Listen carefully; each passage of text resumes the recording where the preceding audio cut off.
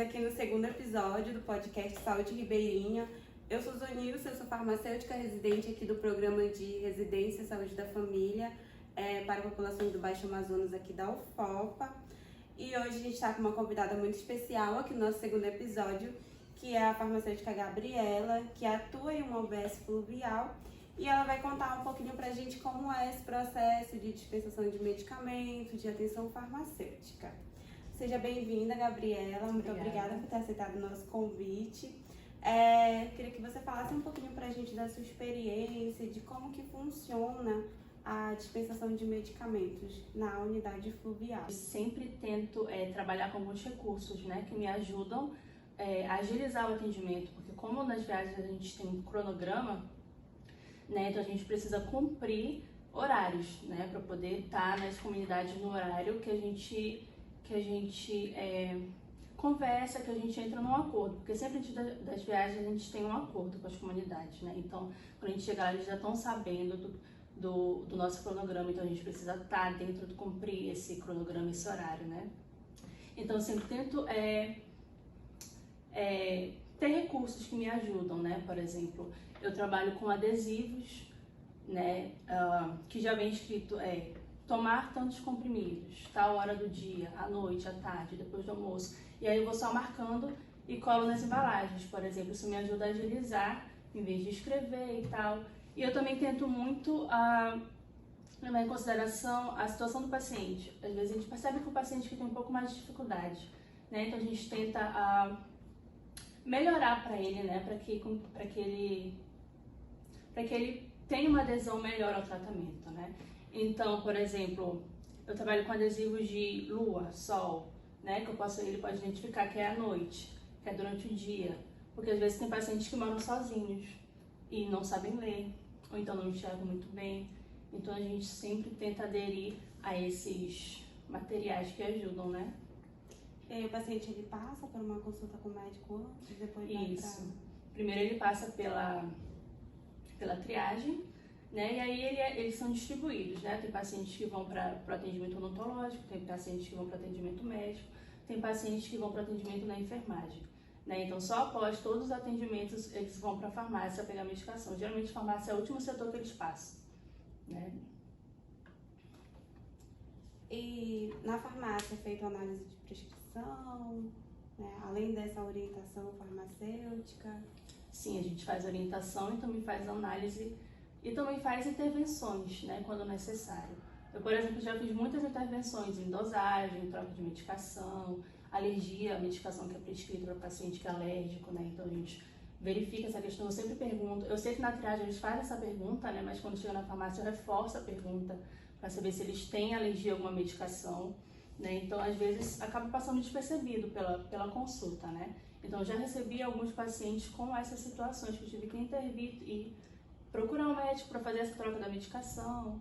E também posologia, outras situações, a gente faz esse trabalho em conjunto. A gente tem essa liberdade. Ah, sim, muito bem. Com relação, a gente sabe que a população ribeirinha, eles têm uma cultura de utilização de ervas ou de alguns remédios caseiros e tudo mais. Já aconteceu alguma situação de que paciente que você precisa adaptar o uso do medicamento receitado pelo médico com o uso de um chá, por exemplo, que o paciente gosta de utilizar, que ele acredita que faz um efeito. Geralmente a gente adapta, né? Porque a gente não pode também dizer, não pode, para de tomar. Até porque se a gente fizer isso, eles não vão parar, porque eles acreditam fielmente que está funcionando, que vai funcionar, né?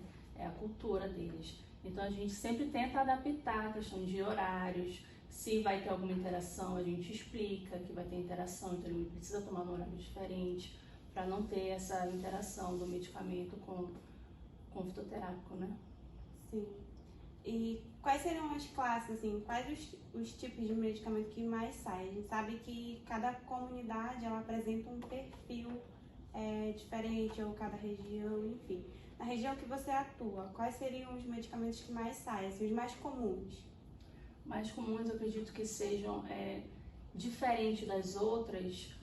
Acho que o diferencial, né, seriam as pomadas dermatológicas para micose e dermatite, né, anti-inflamatório, dexametasona, miconazol, cetoconazol, Então, mais essa questão. Mas também sai muito analgésico, anti-inflamatório, antibiótico para infecção, a maioria das vezes intestinal. Então, mas acho que o diferencial da região seria mais a questão das pomadas dermatológicas. Tem uma saída muito grande. Diante da experiência que você tem durante o processo de atuação, como seria, há um quantitativo, né, com relação a hipertenso, diabético, saúde mental? Sim, bastante. Principalmente hipertensão, né? Hiperdia, principalmente hipertensão. A gente tem um atendimento muito abrangente, muito grande. A quantidade de pacientes é muito grande. Tanto de pacientes que já fazem uso das medicações, quanto pacientes que vão iniciar tratamento. Em toda viagem, a gente sempre tem uma quantidade bem considerável de pacientes que vão iniciar um tratamento para hipertensão. Esses medicamentos de hipertensão dos grupos, eles são dispensados na UBS Fluvial ou eles vão para a unidade de referência? A dispensação desses medicamentos, principalmente de hiperdia, do problema de hiperdia, eu gosto de dispensar, eu gosto de ter um estoque que dê prioridade para pacientes que vão começar o tratamento, né? Então, porque esses pacientes, como eles estão muito longe, então quando eles vão iniciar um tratamento, diferente dos da cidade, demora muito mais tempo para eles receberem essa medicação, porque tem todo um processo de cadastro, até o enfermeiro sair de lá da comunidade, chegar aqui, fazer esse cadastro, receber a medicação, levar de volta, leva um tempo, né? O enfermeiro ele não sai da comunidade assim no mesmo dia, ele tem também um cronograma, né, para seguir. Então, eu sempre dou prioridade para os pacientes que vão iniciar o tratamento, ou pacientes que vão trocar a medicação, né? Ou pacientes que já estão há muito tempo sem tomar a medicação, porque não tem, ou alguma coisa do tipo, né? Alguma dessas situações. Mas é sempre prioridade para os pacientes que vão iniciar o tratamento. Né? Os pacientes que já fazem o tratamento, eu sempre oriento eles a continuarem recebendo pelo OBS. Né? Geralmente, a maioria deles já tem essa medicação em casa, né? Então, não é uma urgência. Né? Para eles estarem recebendo essa medicação pelo OBS, então a gente faz essa orientação mesmo. Outra questão que eu tenho curiosidade é com relação às orientações relacionadas a processo de alimentação, se tem alguma interferência, né, na demanda da prescrição, digamos, no tipo de patologia. A gente sabe que em algumas comunidades existe um consumo muito grande de farinha, por exemplo. Você acha que pode interferir na ocorrência de uma determinada doença daquela região? Eu acredito que sim.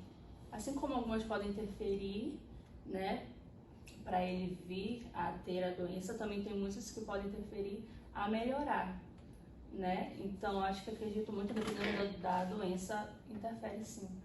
Até porque a gente chega muito, às vezes eu acabo conversando com o paciente, né? Quando a gente tem tempo de conversar com o paciente, eu converso com o paciente, eles contam às vezes que eles fazem muito uso de farinha, de peixe, e eles contam que quando eles vão no médico, né, eles acabaram de vir da consulta do médico, o médico, por exemplo, orientou a parar, ou então orientou a aumentar o uso do peixe, ou então orientou a parar o uso da farinha, ou diminuir, né? Então, tem sim. Dependendo da região também, né? Cada um tem uma característica de consumo diferente. Isso é verdade. A nossa última questão aqui é qual seria a importância do profissional farmacêutico, né, dentro dessas unidades fluviais para uma população ribeirinha? Na farmácia, eu atendo muitos pacientes que muitas vezes chegam comigo e não sabem o que eles estão tomando. E nem para que eles estão tomando. Então, o cuidado que eu sempre tenho nos meus atendimentos é que eles saiam da farmácia sabendo o que eles estão levando para casa e para que serve, como que eles vão utilizar. Por mais que seja um paciente que eu sei que ele tem uma dificuldade maior de entender, mas eu sempre pergunto, você mora sozinho? Você mora com quem? Mora com o filho? Mora com o irmão? Com o sobrinho? E aí eu oriento, né? Eu coloco todas as orientações que eu acho necessário para ele saber, para fazer o tratamento certinho. Eu coloco na embalagem, geralmente, né? Porque a receita é muito fácil de se perder, né? Então eu faço questão de colocar sempre, repassar todas as informações para a embalagem. E eu oriento, quando chega em casa, se é um paciente que eu vejo que está tendo dificuldade de entender, quando chega em casa você mostra para o seu filho, peça para ele ajudar, ele vai ler, ele vai entender direitinho o que precisa ser feito, Então, acho que essa é a diferença do farmacêutico para qualquer outra pessoa que chegue na farmácia e possa ler uma receita e entregar a medicação para o paciente. Isso é que qualquer pessoa pode fazer. Mas a atenção, o cuidado de tirar todas as dúvidas, de entender qual é o problema que está acontecendo, por que ele não está conseguindo aderir ao tratamento, né? De conseguir encontrar uma forma de ajudar ele a aderir ao tratamento, ajudar ele a entender a importância da medicação do tratamento. Isso aí é realmente só o farmacêutico pode fazer.